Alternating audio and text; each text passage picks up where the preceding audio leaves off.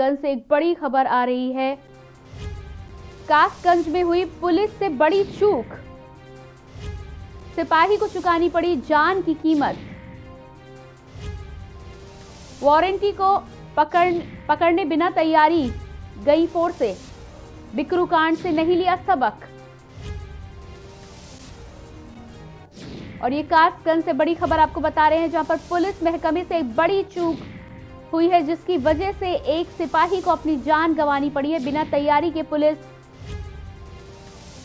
मौके पर पहुंची थी और नहीं चेत रहे पुलिस के आला अधिकारी। बिकरू कांड की पुनरावृत्ति के लिए पुलिस ही जिम्मेदार। और एक बार फिर से अपराधी को पकड़ने बिना तैयारी के पुलिस गई और यहां पर एक सिपाही को अपनी जान देकर इसकी कीमत चुकानी पड़ी है। तमाम आला अधिकारी पिछली तमाम घटनाओं से किसी तरह का सबक नहीं ले रहे हैं। हाल ही की बात है, बिकरू कांड में भी ऐसा ही कुछ हुआ था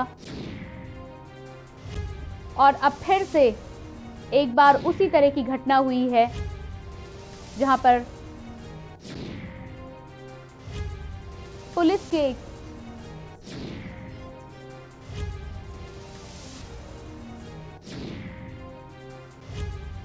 और इसी खबर पर ज्यादा जानकारी देने के लिए हमारे संवाददाता शिव प्रताप सोलंकी हमारे साथ लाइन पर हैं। जी शिव प्रताप, आपसे जानना चाहेंगे कि कासगंज में जो ये घटना हुई है उसमें क्या पूरा मामला है?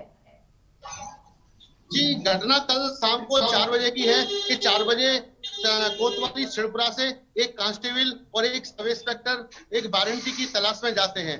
जब वो उसके गांव में पहुंचते हैं तो उनको सूचना मिलती है कि गांव के पास ही वो लोग कच्ची शराब खींचने का काम कर रहे हैं। जब वो इंस्पेक्टर और जो कांस्टेबल मौके पर पहुंचते हैं तो वहां पर पहले से उपस्थित लोगों ने उनको बंधक बनाया, इंस्पेक्टर और सिपाही को, और उनके साथ काफी मारपीट की। मारपीट करने के बाद इतना लहूलुहान उनके लिए कर दिया कि मौके पर ही सिपाही की मौत हो गई और दरोगा जी जो सब इंस्पेक्टर थे वो किसी तरीके से वहां से बचकर भाग निकले और उन्होंने आनंद फानंद में ही सिड़पुरा कोतवाल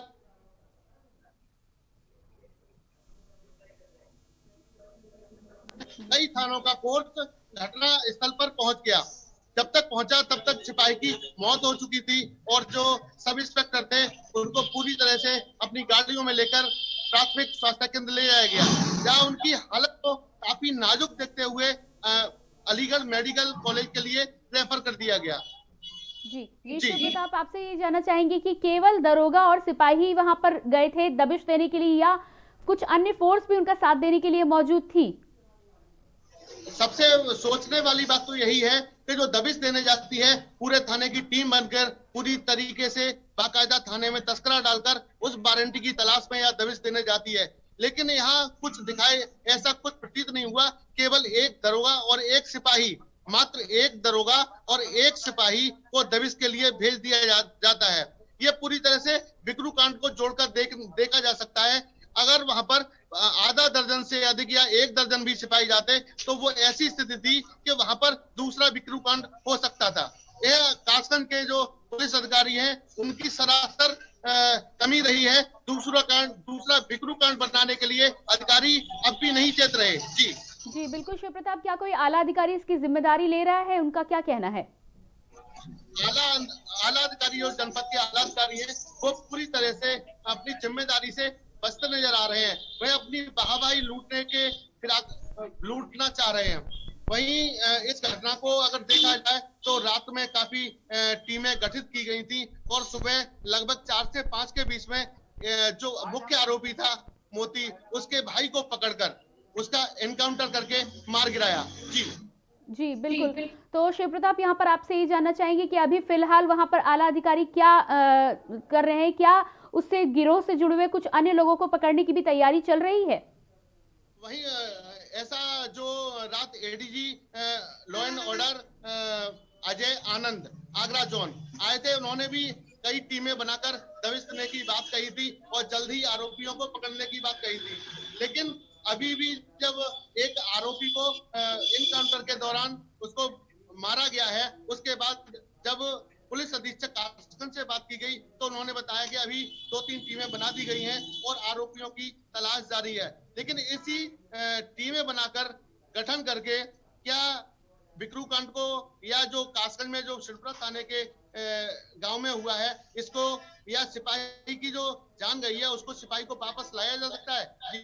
जी बिल्कुल शिव प्रताप, अगर ये एहतियात पहले बरती गई होती और ये दबिश देने गए 2 लोगों को ना भेजकर पहले ही पूरी जानकारी के साथ टीमों को भेजा गया होता तो शायद ये घटना ना होती। जी हाँ, यह कहा जा सकता है कि अगर पूरी तरीके से जो टीम बनाकर अगर भेजी जाती और सबसे बड़ी बात तो ये है कि जनपद कासगंज में गंगा और काली नदी के किनारे जितने भी ये लगे हुए गांव हैं उनमें पूरी तरीके से कच्ची जो दारू होती है जो भट्टियों को द्वारा तैयार की जाती है इनकी कोई सरकारी मानक नहीं होता कि उनमें कितनी जहरीली शराब है उसकी बिक्री अवैध जोरों पर है। इसको अवैध शराब की बिक्री से भी जोड़कर देखा जा सकता है। जी बिल्कुल, इस जानकारी के लिए आपका बहुत बहुत शुक्रिया। और लगातार आपको दिखा रहे हैं कासगंज से ये बड़ी खबर जिसमें पुलिस मौके पर पहुंची थी दबिश देने के लिए और उसमें एक सिपाही को अपनी जान देकर इसकी कीमत चुकानी पड़ी है। तस्वीरों में आप लगातार देख सकते हैं। शिव प्रताप आपसे जानना चाहूंगी यहाँ पर अगला सवाल कि यहाँ पर बाइक दिखाई दे रही है, साथ ही साथ कुछ अन्य सामान भी बिखरा हुआ पड़ा, क्या कुछ अवैध शराब को जब्त भी किया गया है? उसके अलावा क्या आरोपी भागने की फिराक में था? आरोपी तो पूरी तरह से फरार थे। इसको टीम की दबिश बनाकर जो इनकाउंटर हुआ है आज सुबह जो मेन आरोपी मोती है उसके भाई का, तो जब घटना स्थल पर ये रात में ही गए तो वहां पर जो दारू के जो रखे हुए थे वो उनके लिए फैला दिया गया और वहां पर सामान भी बिगड़ा पड़ा हुआ है। लेकिन मौके पर जो स्थिति है वो ज्यादा दारू बनाने का तो नहीं कहा जा सकता, लेकिन वहां पे दारू पहले से बनती रही है और घात लगाकर ये दारू बना रहे थे। जी बिल्कुल शिव प्रताप, इसके अलावा आपसे ये भी जानना चाहेंगे कि ये जो बिकरू कांड की पुनरावृत्ति हुई है क्या इसके लिए पुलिस जिम्मेदार है? आपका क्या कहना है? ये यहाँ का बिल्कुल सही कह रही हैं आप, बिल्कुल सही कहा जा सकता है कि ये दूसरा बिकरू कांड बनने में कोई कमी नहीं रही। जहाँ पर एक जो सिपाही था बीट का सिपाही वो पूरी तरह से शहीद हो गया और अगर यहाँ पर कांस्टेबल या दरोगा की टीम बना के जाती तो उनका भी यही हक होता। तो दरोगा जी घायल अवस्था में अपने जो दरोगा जी है सब इंस्पेक्टर है तो घायल अवस्था में पूरी तरह से हालत उनकी नाजुक बनी हुई है। इसी तरह से और भी अगर कांस्टेबल जाते तो उनकी भी यही हालत होती। क्या कुछ जनपद कासगंज में जो अपराधी है माफिया है उनके पूरी तरह से हौसले बुलंद है। जो मेन आरोपी है मोती जी बिल्कुल शिव प्रताप, आपसे ये जानना चाहेंगे कि लोगों का ये कहना है कि जब उन्हें पूरी तरह से जानकारी थी कि ये वारंटी है उसके बावजूद भी सिर्फ एक सिपाही और दरोगा को ही क्यों भेजा जाता है? ज्यादा बा अबे मोटरवा 2 मिनट में जोड़ जाई। शिव प्रताप, क्या आप मुझे सुन पा रहे हैं? जी शिव प्रताप, आपसे जानना चाहूंगी कि जब लोगों को ये जानकारी थी कि वारंटी है उसके बावजूद भी सिर्फ एक दरोगा और सिपाही को ही क्यों भेजा गया? जी जो एसओ शिवपुरा थे वो पूरी तरह से छुट्टी पर थे, उनके पिताजी खत्म हो गए थे, लेकिन जो वहां पर चार्ज लिए हुए थे उनकी अनुपस्थिति में वो उनके द्वारा कोई भी टीम नहीं बनाई गई और एक कांस्टेबल और एक सब इंस्पेक्टर को ही वहां पर मौके पर भेज दिया गया। जब इसके बारे में पूछा कि थाने में कोई तस्करा या जीडी में एंट्री हुई है तो इसकी भी कोई सही जानकारी नहीं दी गई। तो पूरी तरह से ये माना जा सकता है कि जो जिले के पुलिस आला अधिकारी हैं वो पूरी तरह से उदासीन है, उनकी कोई भी प्री प्लानिंग नहीं होती। अब बिकरू कांड के बाद भी ये जो जिले के अन्य जो कासगंज जिले के जो अन्य अधिकारी हैं पुलिस अधिकारी हैं वो पूरी तरह से सशक्त नहीं दिखाई दे रहे, न कोई योजनाबद्ध काम कर रहे हैं। पूरी तरह से ये कहा जा सकता है कासगंज के अधिकारी बिल्कुल उदासीन बने हुए हैं। जी बिल्कुल, यहाँ पर लापरवाही उनकी साफ देखी जा सकती है। शिव प्रताप जी, यहाँ पर जो सिपाही का घर उजड़ा हुआ है इस घटना की वजह से, इसकी जिम्मेदारी आखिर कौन लेगा और न जाने और कितनी और जाने जाएंगी यदि इसी तरह की घटनाओं की पुनरावृत्ति होती रही, तो इस बारे में क्या कहना है? जी इसकी जिम्मेदारी पूरी तरह से शासन और प्रशासन की है कि अगर वहां पर टीम गठित करके भेजी जाती तो शायद ऐसी पुनरावृत्ति नहीं होती। अगर ये दारू की भट्टियां पहले से ही पुलिस अपनी सतर्कता से, अपने बल प्रयोग से उनको हटा देती तो शायद ऐसी पुनरावृत्ति नहीं होती। जो शहीद हुए हैं उनकी 2 बच्चियां हैं और माँ बाप भी यहाँ पर अभी कासगंज आए हुए हैं, उनका पोस्टमार्टम कराया जा रहा है। तो पूरी तरह से उनकी शादी हुई थी वो 2016 में हुई थी, 2 बच्चियां भी हैं, और जो भर्ती हुई थी जो उनकी 2013 में हुई थी। बहुत ही युवा अवस्था में थे जो शहीद देवेंद्र हैं। जी जी शिव प्रताप, इसके अलावा पुलिस के जो आला अधिकारी हैं उनकी लापरवाही का भी कहीं ना कहीं कोई संज्ञान लिया जाना चाहिए, क्योंकि आला अधिकारियों की लापरवाही की वजह से ही हमेशा ऐसा होता है कि जो सिपाही होते हैं और जो कांस्टेबल होते हैं उन्हें अपनी जान गंवानी पड़ती है। जी, अक्सर कर यही देखा जाता है कि जो निचले स्तर के जैसे कांस्टेबल हैं, बीट के सिपाही हैं, महत्वपूर्ण भूमिका थाने में या जो क्षेत्र होता है उनमें बीट के सिपाही की होती है। वो कई बार थाने में अवगत भी कराते हैं, लेकिन कुछ ऐसा प्रतीत होता है कि कुछ ना कुछ तो अधिकारियों की सेटिंग से ही ये दारू की भट्टियां पूरी तरह से पनप रही हैं और फल फूल रही है। जब तक इन आला अधिकारियों पर जो जिले में बैठे पुलिस आला अधिकारी हैं उनके ऊपर लगाम नहीं लगाई जाएगी, तब तक इस तरह के कांड में कोई सुधार नहीं होगा। कहना सीधा सीधा कहना है कि इनके अधिकारियों के ऊपर जो पूरी तरह से जमे हुए हैं, कई वर्षों से जमे हुए हैं, उनके लिए पूरी सख्त से सख्त और लापरवाह अधिकारियों के प्रति भी सख्त से सख्त कार्रवाई शासन स्तर से जरूर होनी चाहिए। जी बिल्कुल। और शिव प्रताप, इसके अलावा आपसे ये भी जानना चाहेंगे कि यदि समाज की रक्षा करने वाले पुलिस विभाग के कांस्टेबल और दरोगा ही इस तरह मौत की घाट उतरते रहे तो जनता जो है वो अपना दुख दर्द लेकर किसके पास जाएगी, कैसे अपनी सुरक्षा करेगी? जी, सीधा सीधा कहा जा सकता है कि जो जनता आती है अपने परेशानी लेकर थाने, कोतवाली या चौकी पर, तो उनकी समस्याएं दूर न करके जो माफिया है, ये भी देखा गया है कि कई थानों में माफिया राज भी चल रहा है। पूरी तरह से जो पैसे देगा वो काम कराएगा, इस तर्ज पर ही कोतवाली थाना कासगंज जनपद में संचालित हो रहे हैं। थानों में दलालों का पूरी तरह से जमावड़ा रहता है। जी बिल्कुल। इसके अलावा ये जो घटना हुई है उसको लेकर क्या किसी विभागीय जांच की भी कोई कार्रवाई होनी है, कोई जानकारी आपको मिली है? पुलिस अधीक्षक कासगंज का जो कहना है वो केवल यही है कि उन्होंने कुछ टीमें बना के, 2-3 टीमें बना के आरोपियों की धरपकड़ के लिए रवाना कर दी हैं। इसके अलावा ये भी कहा है कि जल्द से जल्द आरोपियों की गिरफ्तारी हो जाएगी। लेकिन सबसे बड़ी बात यह है कि आरोपियों की गिरफ्तारी के लिए टीमें दबिश जो पड़ती है वो बाद में ही क्यों होती है? जी बिल्कुल शिव प्रताप, आपके पास वापस लौट कर अब आएंगे। इसी खबर पर ज्यादा जानकारी के लिए हमारे प्रधान संपादक दुर्गेन्द्र सिंह चौहान भी हमारे साथ लाइन पर हैं। जी दुर्गेन्द्र जी, आपसे जानना चाहेंगे कि ये जो घटना यहाँ पर हुई है, बिकरू कांड की पुनरावृत्ति एक बार फिर से दिखाई दे रही है, आपका क्या कहना है? इस तरह की घटनाएं यदि होती रहेंगी तो ये समाज के लिए बहुत बड़ा खतरा है।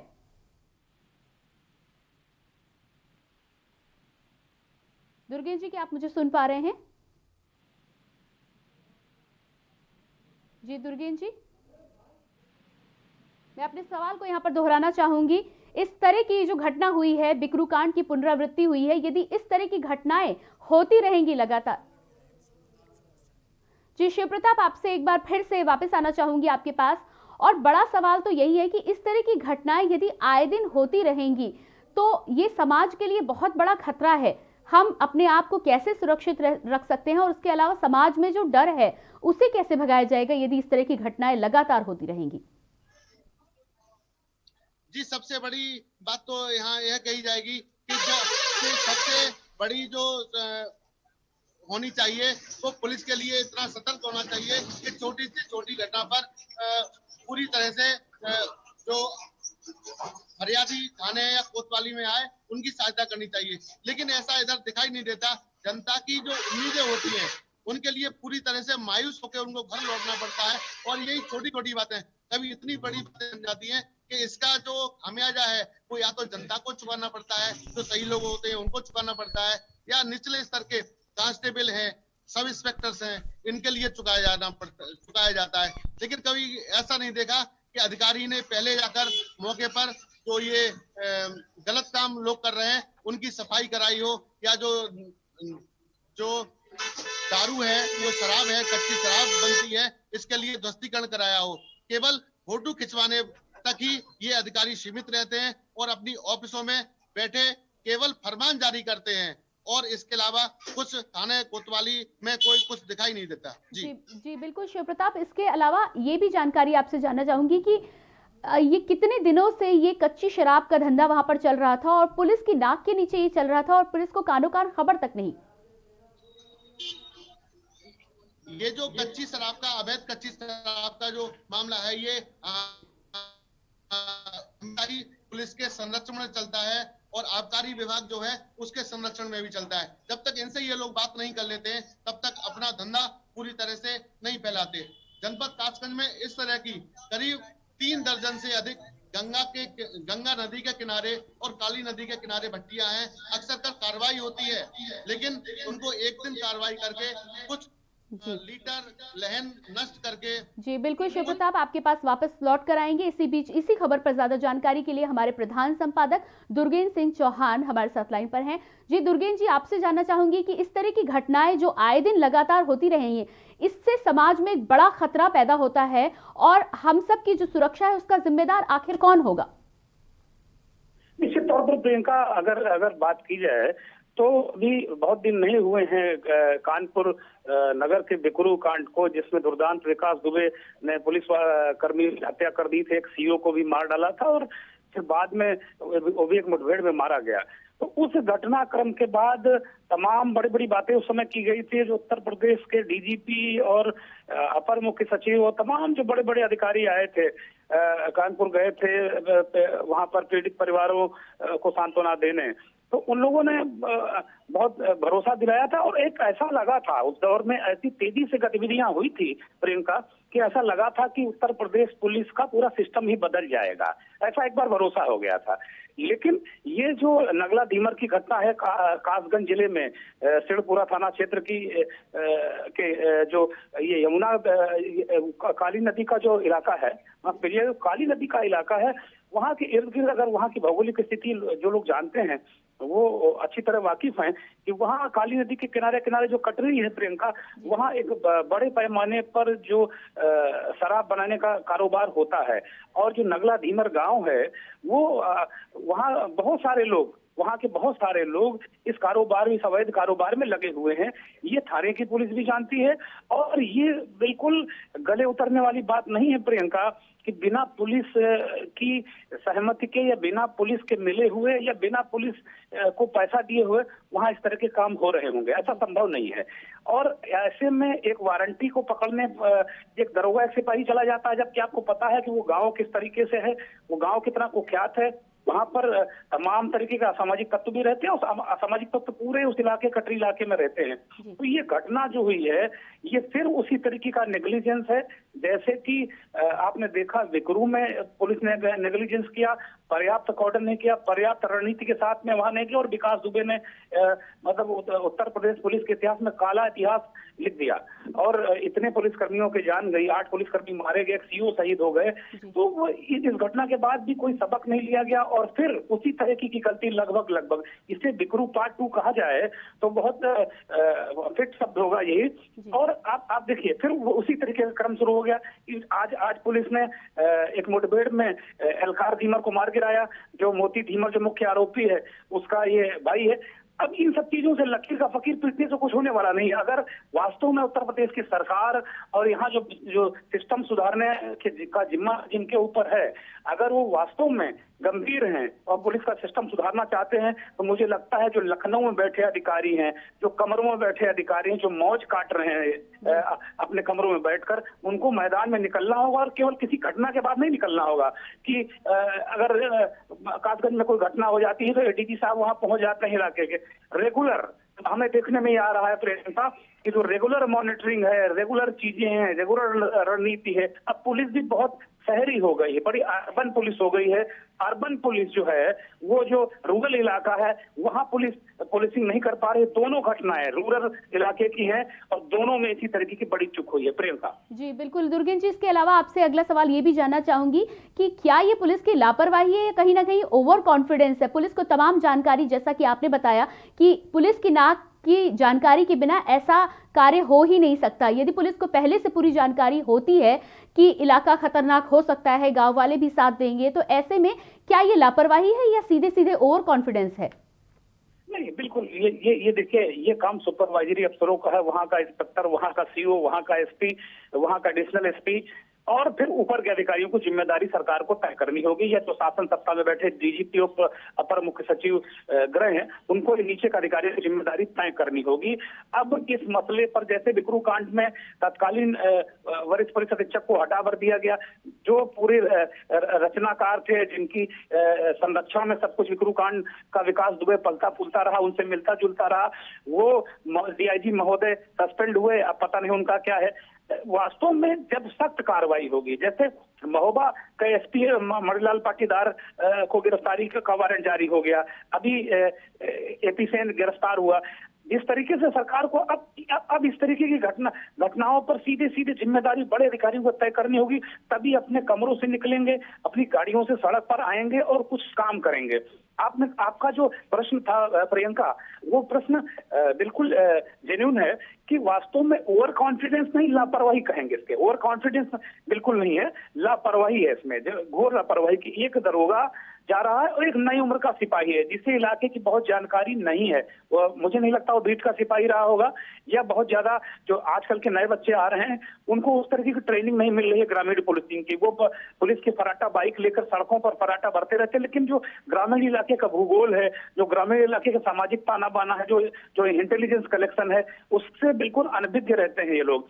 यही कारण हुआ है कि एक सिपाही, एक दरोगा, एक वारंटी को पकड़ने के लिए, जब आपको पता है कि वो नटोरियस गांव है, वहाँ शराब का धंधा बड़े पैमाने पर होता है, नगला धीमर और धीमर वहाँ क्रिमिनल भी कई नामचीन है। तो आप देखेंगे कि जो वहाँ का कटरी का इलाका है, अगर आपको पता है कि भाई शराब बन रही है, तो जाहिर सी बात है कि तंत्र वहाँ डेवलप होगा और गांव वाले उस तंत्र के हाथों की कठपुतली होते हो तो घेराव करेंगे ही। तो अब पुलिस को इतनी मोटी बात अधिकारियों को, सीओ को, इंस्पेक्टर को समझ में नहीं आ रही थी, कैसे उन्होंने इसको भेज दिया। तो कुल मिलाकर स्थितियां जो हैं, वास्तव में ये बड़ी चूक है और सिर्फ चूक की वजह से ये घटना हुई है। प्रियंका जी बिल्कुल दुर्गेश जी, इसके अलावा संवेदनशील मामला है तो परिवार की संवेदना पर भी मैं आना चाहूंगी। सिपाही के घर वालों ने तो अपना बेटा खो दिया है, उनके परिवार वालों ने अपना सब कुछ खो दिया है प्रशासन के चलते और आला अधिकारियों की लापरवाही के चलते। तो ये जो घटना है, इसकी जिम्मेदारी पुलिस विभाग लेगा या प्रशासन लेगा? कौन जिम्मेदार होना चाहिए? नहीं, निश्चित तौर पर पुलिस के जो सुपरवाइजरी अफसर, आला अधिकारी, उन्हीं को ले है। एडमिनिस्ट्रेशन, डीएम का काम निश्चित तौर पर होता है।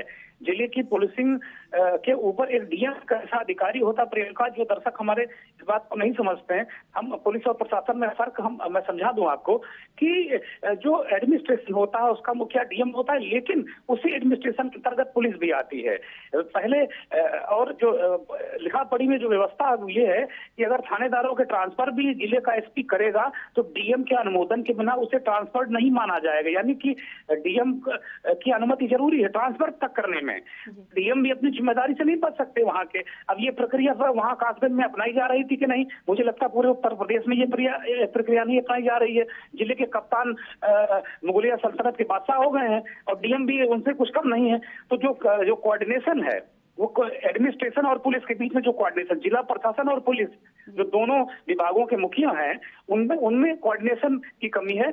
और कोऑर्डिनेशन क्या, जो एसपी होता है उसको डीएम को रिपोर्ट करना होता है। ये व्यवस्थाएं हैं कि आप बताइए उनको। लॉ एंड ऑर्डर की जो पूरी जिम्मेदारी डीएम पर ही होती है। कहीं व्यवस्था बिगड़ती है तो डीएम जिम्मेदार होता है। ओवरऑल जो डीएम ही जिले का सबसे बड़ा अधिकारी होता है। तो कासगंज के डीएम है, उनकी भी जिम्मेदारी वो बच नहीं सकते, उन पर भी जिम्मेदारी सरकार को तय करनी होगी।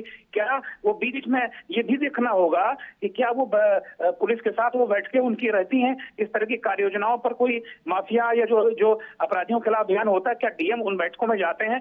व्यवस्था तो यहाँ तक है प्रियंका कि जो महीने की या जो 15 दिन में होने वाली जो क्राइम मीटिंग है, उसमें भी डीएम का शिरकत करना अनिवार्य है, डीएम को जाना चाहिए। लेकिन मुझे नहीं लगता उत्तर प्रदेश के शायद 2-4 डीएम जाते हो, मुझे नहीं लगता कोई जा रहा है। तो ये पूरा तंत्र ही अब एक तरीके से सर्जरी की जरूरत है। और परिवार वालों, बिल्कुल नौजवान बच्चा है, अभी इसमें आया है, उसकी जान चली गई, और जान के सिर्फ इसलिए चली गई कि जो पुलिस के ऊपर बैठे अधिकारी वो मठाधीशी कर रहे हैं, अपना काम कर नहीं रहे हैं। और जो दरोगा है वो अपनी उसकी जान पर बनाई है, इलाज चल रहा है। तो एक दो परिवारों को संकट में डाल दिया। और सबसे बड़ी बात यह है कि पुलिस पर हमला इस तरीके शासन सत्ता तंत्र पर हमला माना जाता है। ये एक तरीके से अपराधियों ने उत्तर प्रदेश में सत्ता तंत्र को, शासन तंत्र को चुनौती दी प्रियंका।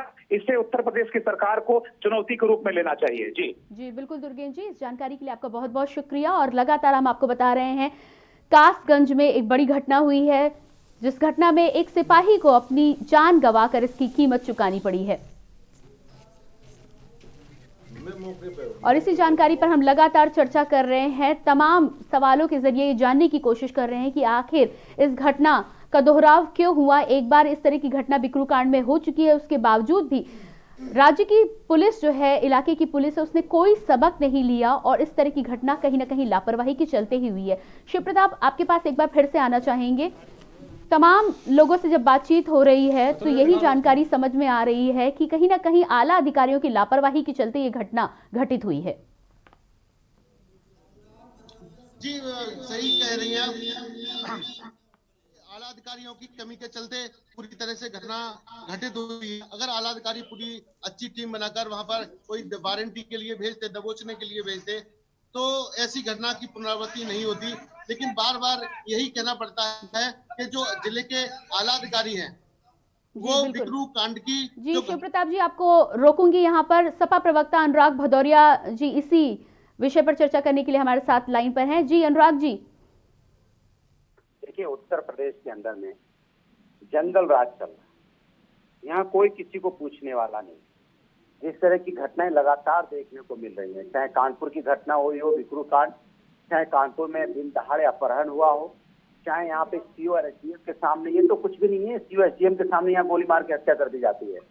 यहाँ पे पुलिस वालों का इनकाउंटर होना आम बात हो गई, क्योंकि अपराधियों का राज चल रहा है, अपराधियों का बोलबाला है, चारों तरफ जंगल राज है, कोई किसी का पूछने वाला नहीं है। सरकार सिर्फ माहौल बनाने में लगी है। सरकार ठोको नीति पे काम कर रही है, किसको ठोकती है, क्या ठोकती है, लेकिन उत्तर प्रदेश में अपराध चरम सीमा पे है। और सरकार बार बार अपराध के नाम पे मार्केटिंग इवेंट तो कर रही है। कभी कहती है मैंने शक्ति मिशन बना दिया, कभी कहती है रोमियो स्टर्ट कर दिए, लेकिन महिलाओं पे अत्याचार नहीं रुका। कभी कहते हैं हमने यहाँ पे इनकाउंटर शुरू कर दिया, तो इनकाउंटर से हुआ क्या? उत्तर प्रदेश में अपराध तो नहीं रुका। इसके मतलब आप जो असली अपराधी हैं उनके ऊपर आपका खौफ खत्म हो गया है, पुलिस का इकबाल खत्म हुआ है, सरकार का इकबाल खत्म हुआ है, खाकी का इकबाल खत्म हुआ है। इसलिए उत्तर प्रदेश के अंदर में कभी भी किसी को कोई भी मार सकता है। मारना तो आम बात हो गई, कभी पुलिस इनकाउंटर कर रही है अपराधियों का, कभी अपराधियों पुलिस का, कभी अपराधी जनता का, कभी जनता अपराधी का, कभी अपराधी पत्रकार का, कभी आम जनता पत्रकार अपराधी। मतलब क्या चल रहा है? कोई किसी को ठोक दे रहा है, कोई किसी को मार दे रहा है। ये आम बात होती चली जा रही है उत्तर प्रदेश के अंदर में। लगता ही नहीं हम उत्तर प्रदेश में रहने, लगता है पता नहीं कौन सा प्रदेश है। और ये लोग वही कहानी घिसी पिटी राज, उत्तर प्रदेश को अपराध मुक्त बनाएंगे, उत्तर प्रदेश को हम अपराधियों से क्या डायलॉग देते हैं, या तो उत्तर प्रदेश छोड़ के चले जाए, पता नहीं किधर चले जाएं, कहाँ चले जाएं। लेकिन उत्तर अपराधी लगातार उत्तर प्रदेश में अपराध करते चले जा रहे हैं, और उत्तर प्रदेश की पुलिस और प्रशासन हाथ पे हाथ रख के देखता रहता है। जी बिल्कुल अनुराग जी, शुक्रिया इस जानकारी के लिए। और साथ ही साथ शिव प्रताप जी, आपका बहुत बहुत शुक्रिया ताज़ा जानकारी के लिए। लगातार हम बात कर रहे हैं कासगंज की इस घटना की।